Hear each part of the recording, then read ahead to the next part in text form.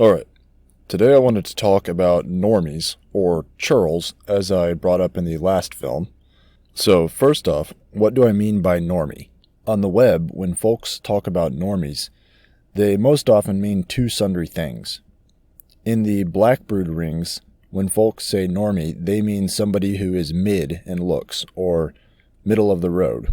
But in other rings, when folks say normie, what they mean is of the mind, so like a normie of the mind. You think like a normie, you have the behaviors of a normie, and so forth.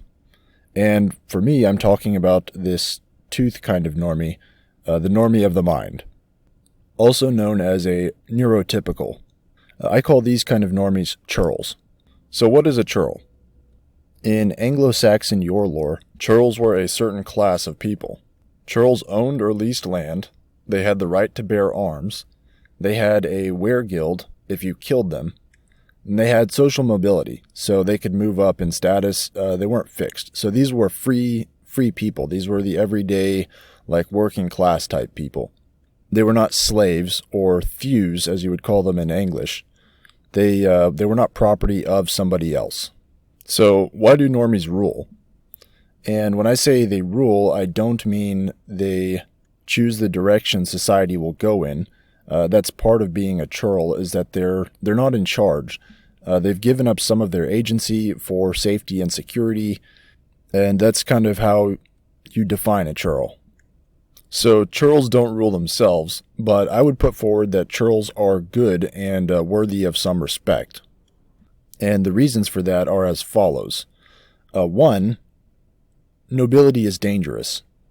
Nobility, or athleness in English, it's not always steady or stable. If you're at the top of the hill, somebody is trying to knock you off the hill.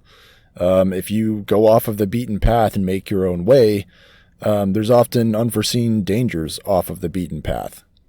Just as kind of a crude, modern capitalist example, somebody who is running their own business, an entrepreneur, they end up having to put in way more hours at work and undergo a lot more stress to make a living, compared with somebody that just takes up a middle-class job and they only have to work 40 hours a week and the rest of their time can be spent doing other things. So the person who has more agency and freedom, there's downsides to that as well. You have less security and more responsibility. So I would say in a lot of ways churls have it right, so long as their actual rulers are kind to them. Another reason why churls are good, I would say, is that you need them to have leisure at all and to have nice things. If there's not somebody producing food, producing goods, keeping everything running, there would be no time for leisure and higher things.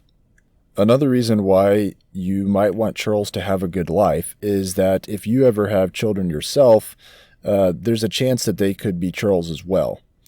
Unless you're some kind of a Giga Chad yourself and you reproduce with a Giga Stacy, who's where your offspring are almost guaranteed to have perfect genes, most likely the majority of your children will be mid in intellect and other features.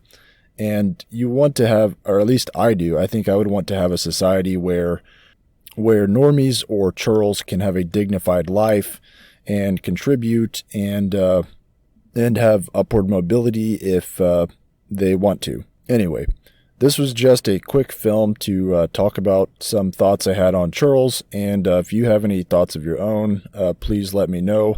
And if you like this film, please like and subscribe to the channel. Thanks for watching.